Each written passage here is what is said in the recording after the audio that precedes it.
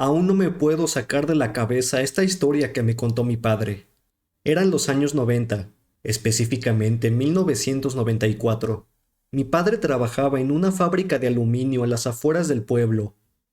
Mi padre y varios compañeros odiaban ese lugar, ya que durante la noche todas las luces se apagaban y debían patrullar todo con una linterna de baja calidad. Y ni hablar que a unos pocos metros había un hospital psiquiátrico que había sido clausurado hace meses por maltrato del personal hacia los pacientes. Una noche, mi padre estaba patrullando una de las zonas más oscuras de la fábrica, cuando de repente empezó a escuchar sonidos extraños que venían de un almacén que se usaba para guardar el aluminio. Cuando revisó el almacén, había un tipo parado en medio del cuarto. Tenía un chaleco naranja característico de los trabajadores de ahí, además de que estaba cubierto de lo que parecía lodo. Pero el tipo no se movía ni emitía sonido alguno. Mi padre lo hubiera confundido con un maniquí, pero de la nada, aquel tipo se volteó y empezó a correr hacia donde estaba mi padre. Como pudo, le cerró la puerta en la cara, pero de nada sirvió, ya que escuchó cómo la puerta fue abierta a golpes y aquel tipo empezó a perseguirlo. Mi padre logró esconderse en el cuarto de descanso y le puso llave a la puerta. Aquel tipo, como pudo, quiso tirar la puerta abajo sin éxito. Minutos después, se escuchó una ventana rompiéndose y le siguió un silencio. Al día siguiente, la policía municipal encontró un cuerpo en el estacionamiento de la fábrica. Ya se imaginarán lo que hizo aquel hombre del chaleco naranja. Al principio pensaron que era un trabajador de la fábrica por el chaleco, pero al inspeccionar más a fondo, descubrieron que se trataba de un paciente del hospital psiquiátrico. Se trataba de alguien que escapó en 1989 y activó las alertas del pueblo, ya que tenía un desorden en la mente que lo hacía comportarse violento con cualquier forma de vida.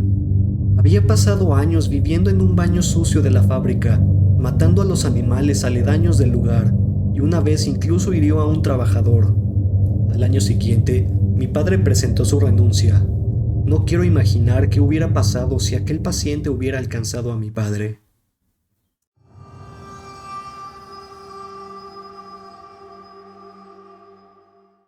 Era el año 2015 y yo trabajaba con una misión humanitaria en un pueblito de Colombia.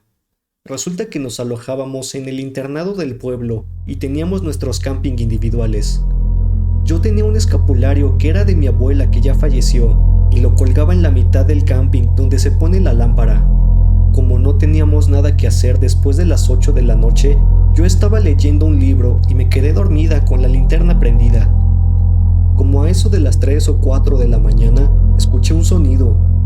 Eran como niños hablando en voz baja y luego sentí que algo se movía.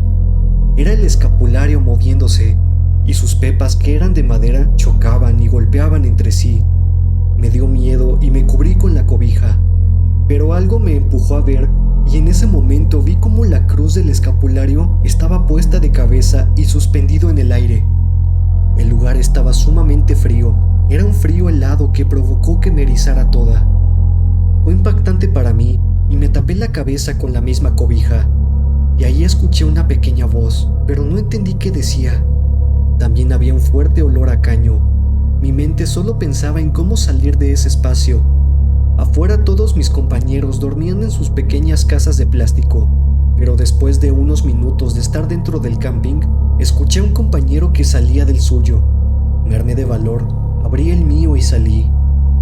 Mi compañero iba para el baño y no lo alcancé, así que lo esperé hasta que volviera. Me contó que en el baño escuchó la voz de una niña preguntándole si ya iba a salir.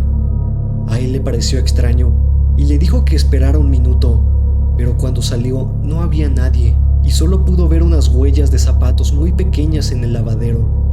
A este punto ya eran las 4:30 de la madrugada y lo que pasaba no era normal. Evidentemente no pudimos dormir más. Menos mal que fue la última noche en ese lugar.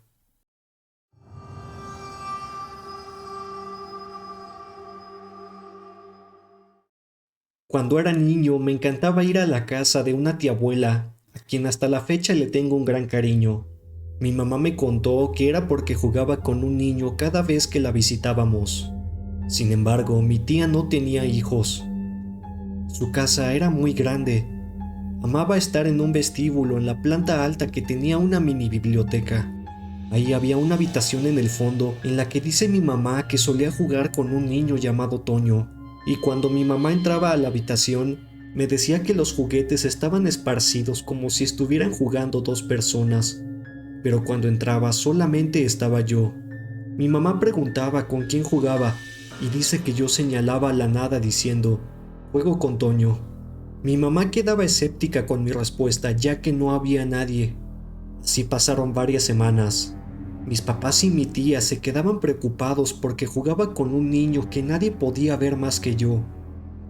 Hasta que un día mi mamá entró a la habitación preguntando lo mismo y yo le di la misma respuesta. Juego con Toño. Mi mamá, desesperada por la situación, dice que me gritó, no juegas con nadie, esta habitación está vacía.